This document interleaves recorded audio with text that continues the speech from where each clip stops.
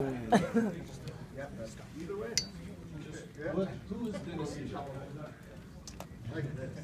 Michael, the lightweight division is obviously very stacked, and you seem to be making a statement these days because you just had that Lozon win and now this tonight. How are you feeling about your position in the division?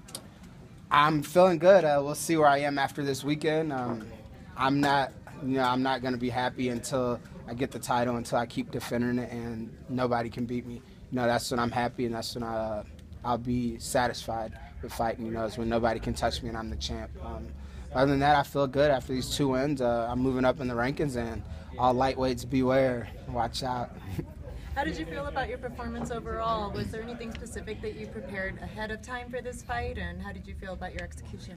Nothing specific, just to, stay out of his strengths, move, don't get caught with his takedowns, stay away from his power punches, and, use my speed and movement to end the fight, which I did. So I'm really proud I executed my fight well. I did get hit a little bit too many times from him. I consider Gleason a slow lightweight, and I shouldn't have got hit that many times in the first round. So other than that, great performance, and I'm happy with the win. People are always talking about Gleason T about size and how big he is for a lightweight. Did you bring in any unusually large training partners to work with him for his fight? No, not necessarily. I got plenty of heavy guys that are lightweights. Abel Trujillo, he's a lightweight of mine. Luis Buscape, he's another guy that is up and coming in World Series of Fighting. He's a real big, strong Brazilian with great jiu-jitsu. And all my other partners, George Santiago's heavy. I've been working with him. It's just good. So nothing changed in particular, just the usual training partners. Rashad always has so many great things to say about you, and has for a long time said that people need to watch out for his son. What kind of influence has been on you, and how has he helped you become a better fighter? Well, my son, Rashad Evans, he's helped me out a lot, man. The last 3.5, 4 years, we've been really close, inside the practice room and outside, and I pick his brain any chance I can get to just, I try to mimic my UFC career around his. I still think he's one of the greatest in his division and in the UFC. He's a poster boy. He carries himself well inside and outside the cage. And whenever I can get with him and work is a blessing for me. And, he stays on me constantly about what I need to do and, how I need to carry myself inside and out. And, it's just he's a good big brother to have. Yeah. There was a little while where the Black Zillions seemed to be slumping. Then you had Kenny Monday in there. Henry comes in. All of a sudden, things start turning around. Vitor's crushing it. Everybody seems to be doing pretty well. What are you guys drinking down there? What's going on with the water? Yeah. It's been the same thing, man. We're in our slump, but other than that, I think it was because we got so much attention when we first came on the scene. Everybody's like, oh my God, we got to see what they're doing. And then a great team starts losing, and not everybody wants to badmouth them and talk.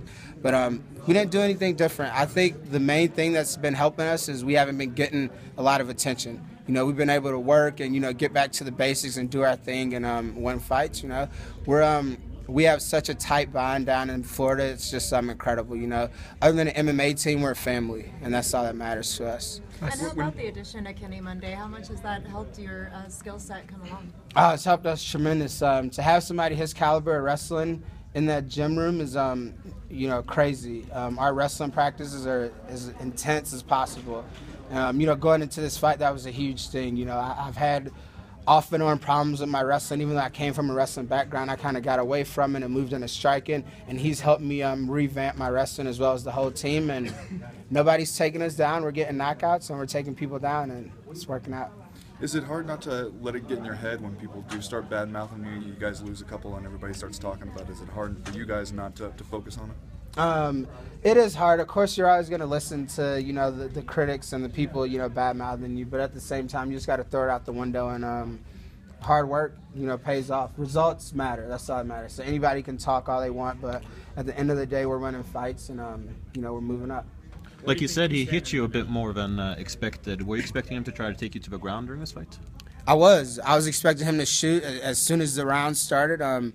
I think he really had problems with finding me. He couldn't set up his shots. I was moving too much for him, and that was a huge part of our game plan to do. And I kind of froze him a little bit, and I got him confused, and it led to a knockout. Where do you think you stand in the division, and who would you like to fight?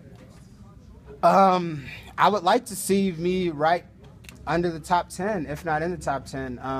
I want to fight anybody who's in front of me. From 1 through 15 or 1 through 20, wherever they stack me in this division, it doesn't matter to me.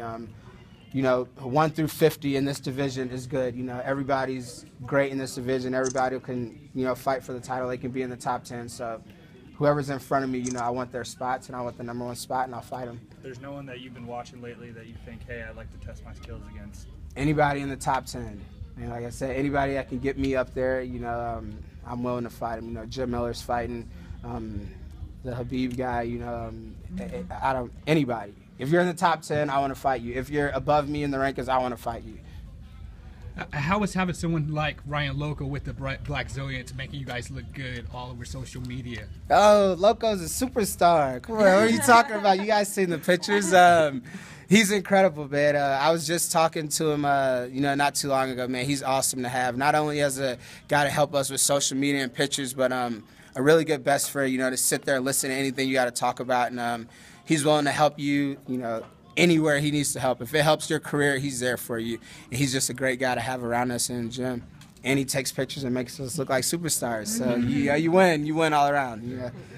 You had a bit of a tough skid here, lost to Reza, but then you rebounded with a decision win. But how much better does it feel to actually score a knockout and, you know, finish? It feels good, man. I've always, you know, considered myself a power puncher, and then I kind of got away from it, and I wasn't getting my knockouts. I was forcing them. You know, so I stopped forcing them, and I just started working my game plan, and they're all coming together. You know, those last 2 losses I had, I felt, you know, unbeatable. You know, I won 3 in a row. I felt like nobody could beat me, and I lost 2 in a row, and then, oh, my God, I'm going to get cut. I need to get my shit back together. And now I got 2 wins in a row, and, you know, that will never happen again. I'm always going to stay humble, grounded, and, you know, just working hard. Thank you very much.